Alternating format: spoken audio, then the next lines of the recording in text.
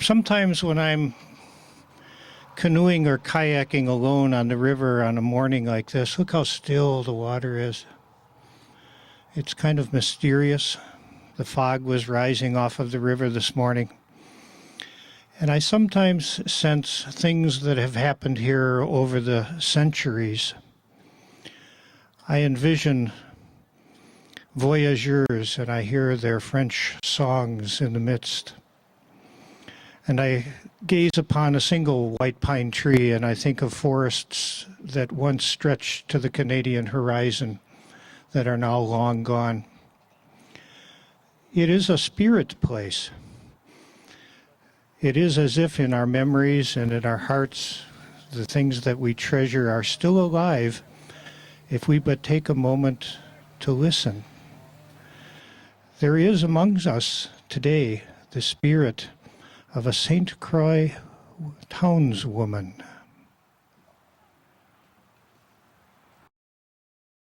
Good morning. You must have come up by steamboat today to get over here onto the island here. Personally, I prefer the trains now that they've arrived here because they seem so much more reliable than the steamboat is. The problem, of course, is the logging that takes place here. With the logs coming down river with the drives, they often strand the steamboats and cause problems for them. And so that's why we're so excited now that there are two options for trains you can take here in the valley. The Taylor's Falls side, of course, has had a train since 1880. Their train goes from Taylor's Falls through the lakes area over to Wyoming and then down to St. Paul. But Osceola, as of August, now they have a train. The train just comes, the depot is at Eagles Point, right across the way, and then it goes down and it continues all the way to St. Paul, crossing the river at Cedar Bend. And so now the people of Taylor's Falls are part of the world. The Polk County Press, Myers paper said, "We are the world."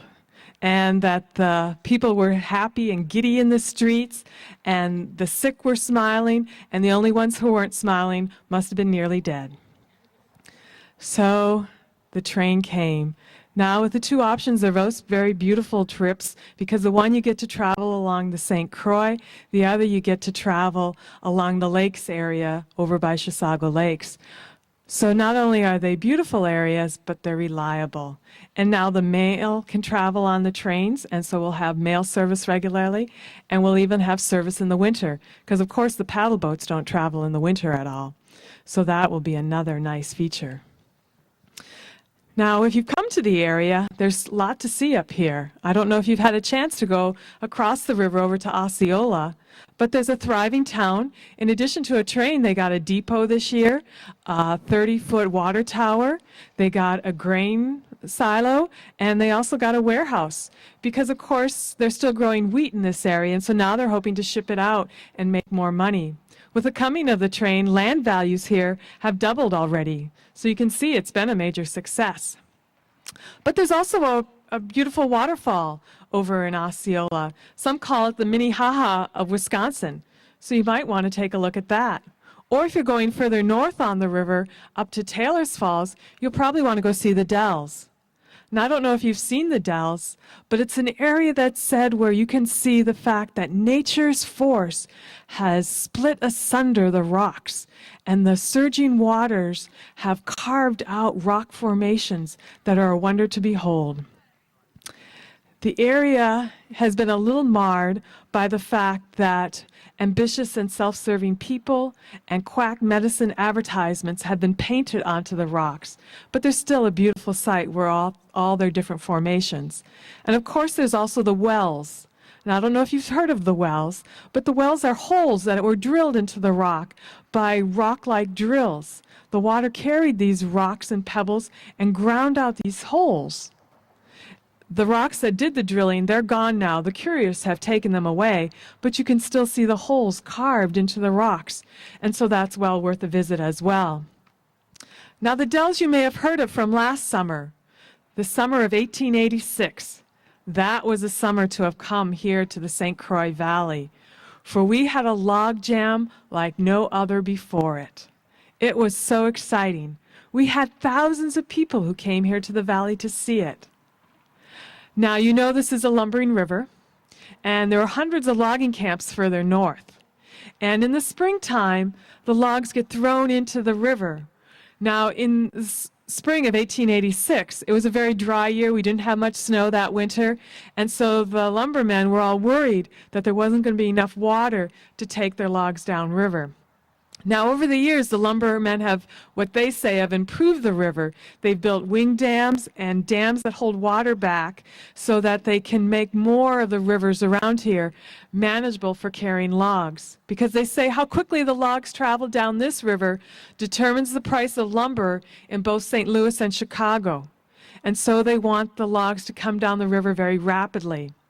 And the lumbermen say they can now float logs on rivers that used to not even be able to float a canoe. But they've also made it so the steamboats can't travel everywhere they used to. So I'm not sure they've been successful, as they've said. But nonetheless, in the spring of 1886, the lumbermen were all waiting impatiently for rains so that the rivers would go up and the logs could go downriver. Word came that it was raining up north. So all the lumbermen, all 100 lumber camps, rolled their logs into the river at the same time. And of course, the rains weren't that large. And so you had all these logs coming downriver at the exact same time. When they reached the Dells isn't a very good area for logs, because what happens is there's an area called Angle Rock, or Elbow Rock. It's right below the Iron Bridge. You may know that. It was built in 1884, replacing the wood ones that came before it. I'm very proud of it in the town. But as the logs came around Angle Rock, the ones in front start turning to go around, but the ones in back are still going straight. And so pretty soon they become tangled, like a young girl's hair being tossed and turned around by the water, and the log jam began. I first heard about it on my way over to church in Taylor's Falls Sunday morning, because it started on June 13th, the Sunday morning. The lumbermen, the river rats who were going to be working on the log drive, they were sleeping along the shoreline, since that was a known trouble spot. And during the night, they heard the logs start jamming up together. And so they had jumped up in their red flannels and drawers with their pike poles and immediately gone rushing out. But it was too late. They were already starting to jam, and they couldn't break them free. It would be weeks before the logs would be moved. Now, the people in the town who were in church that morning, while the river rats were busy working, they were busy praying, "Give us, O Lord, our yearly jam." The towns of Taylor's Falls and St. Croix Falls suffer because of the lumbermen. The logs, as I told you, block our river up. They limit the steamboat travel, and they hurt our economy. So it's only fair that every now and then the lumbermen help us. And jams do that because it brings people. And also the lumbermen and the river rats come to try to free it up, and they wind up spending money in town for food. And so the towns do well. 1886, over 1,000 people a day were coming to see the jams. It became world famous. Reporters from all over came. We even had a gentleman from Sweden who said he was going to include it in the history book he was writing. Photographers came and took stereographs of it so that if you buy stereograph cards, you can see the jam in 3D. They also had a reporter from the St. Paul Pioneer Press came here. Now, the log jams became so thick that you could go out onto the jam. Now, I, of course, did not, nor did I allow my children to, but the menfolk all went down and posed for photos. The St. Paul Pioneer Press reporter was sitting on a log, and as he was perched on the log, that particular log broke free and began to float downriver. But don't worry, they saved him, so it was no big excitement except for him. But the townsfolk, all the hotels and boarding houses, they were constantly full during the jam, and they had to serve 3 seatings at lunch each day in order to accommodate all the people. Mr. Fisk, whose hotel had burned down in 1885, he was able to recoup the expense of rebuilding in the summer of 1886 alone. So you can see it was a great benefit to us here. Now, the river rats, meanwhile, weren't finding it so pleasant. For them, they were struggling trying to separate the logs. And everybody had an opinion as to which was the key log that if you broke free would solve the problems. But of course, no one could find it. Now, about 100 of the owners came to town, and they would stand up above on the rocks, babbling and screaming down at the river rats as to which log to pull on, while the rivermen toiled with their pike poles and hooks. Now, it became so desperate that they set up electric lights and were having the rivermen work 24 hours a day. And you can imagine the sight. They had these bluish lights being cast from the top of the rocks down into the gorge, and you had the loggers, the river rats, in their red shirts with these poles and hooks, and you had the steam engines that were working trying to separate, and the horses, and you had steam coming up, and you had the furnaces, the fires from the furnaces going, and the men yelling and shouting in demonic sounding noises, that it was almost a sight from hell down there. But then they decided it was too dangerous for them to work at night, and the lights were turned off, disappointing many of the folks who were coming here just to see the lights, who had never seen electric lights operating before. So that had been another excitement for last summer.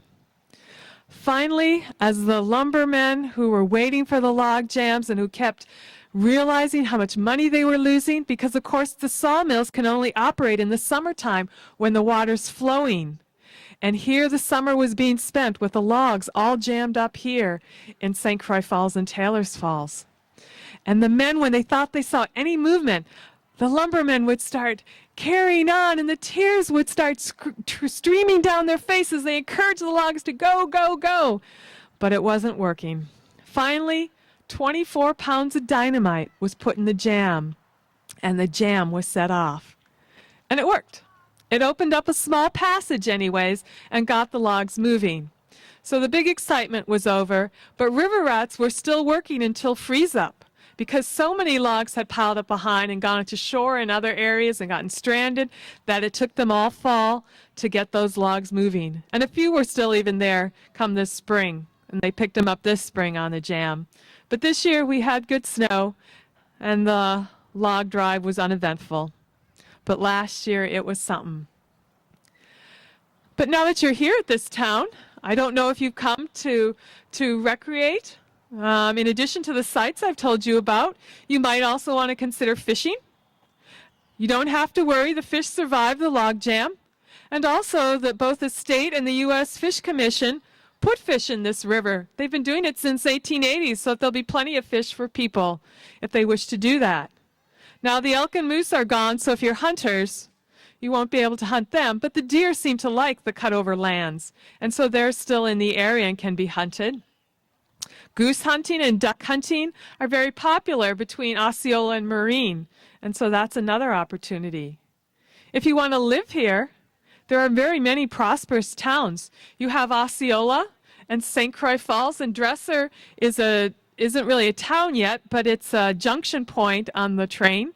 And then you have Franconia as well, which is a nice little town. And between the towns, we have a variety of nationalities represented and churches. So I'm sure you'll be able to find something that you're comfortable with. The 1880s have been prosperous years here. Though if you're interested in farming, I should warn you that they're recommending that we change our farming. Last fall, when we had the county fair over in St. Croix Falls in October, they were trying to encourage people to no longer farm wheat. Evidently, they say we're playing out the land, and the wheat's not going to be as good in the future. And they're suggesting we go to dairy. They think that's the way to go, because it depends on the land, on the soil, not as much. But people aren't sure about that. Some are considering sheep. Some are looking at other crops like barley, or in Taylor's Falls area, they've even tried flax. But who knows? Pigs aren't really an option because we don't think we can grow corn here. But so dairy may be the future. In November, they're going to have a farm institute in Osceola, where they're going to have specialists coming to talk about how to raise livestock and how to make butter. So if you're interested in farming, that may be an option for you. And if you want to buy land, who I recommend you go talk to is Major Baker up in St. Croix Falls. He's a little deaf, so you have to speak up very loudly to him. He was injured in the war, you know, but he's a very fair man, and he has connections with a lot of the lumbermen, so you can get land that's been cut over already. And there's also some people who are leaving the area because they think it's too civilized. So it's potential you might be able to buy land that's already been developed. So that's another option for you. So you can see it's an exciting place here. If you haven't been to the towns, I suggest you take a look. And I'm afraid I need to get going. But it's been nice talking to you. I hope you have a good day.